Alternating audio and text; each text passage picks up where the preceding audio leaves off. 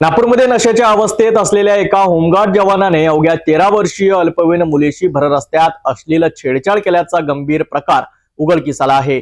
या प्रकरणी पोलिसांनी तात्काळ कारवाई करत आरोपीला अटक केली असून त्याच्यावर पोक्सो कायद्याअंतर्गत गुन्हा दाखल करण्यात आला आहे।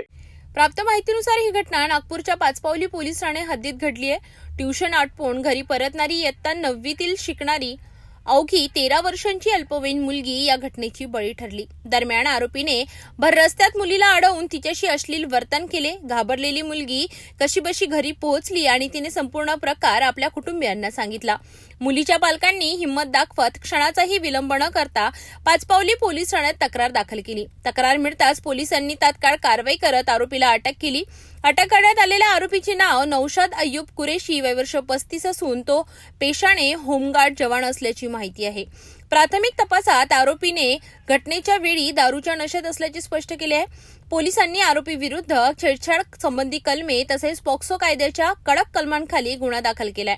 आरोपीला न्यायालयात हजर करण्यात आले असून पुढील तपास सुरू आहे। या घटनेमुळे परिसरात संतापाची लाट उसळली असून नागरिक आणि पालकांमध्ये भीतीचे वातावरण निर्माण झाले आहे। लहान मुलींच्या सुरक्षिततेचा प्रश्न पुन्हा एकदा ऐरणीवर आला आहे।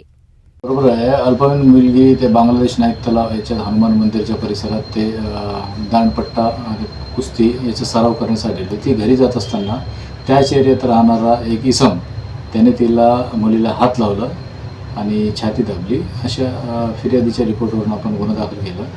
तर आरोपी नौशाद कुरेशी याला ताब्यात घेऊन विचारपूस केली असता तो चूक कबूल केली आणि नशेत केल्याचे त्यांनी सांगितलेले आहे।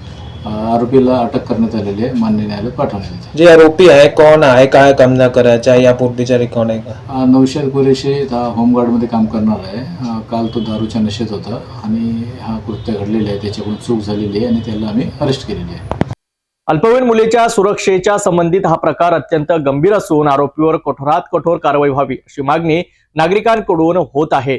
पोलिसांचा तपास सुरू असून या प्रकरणात आणखी काय निष्पन्न होते याकडे सर्वांचं लक्ष लागलं आहे।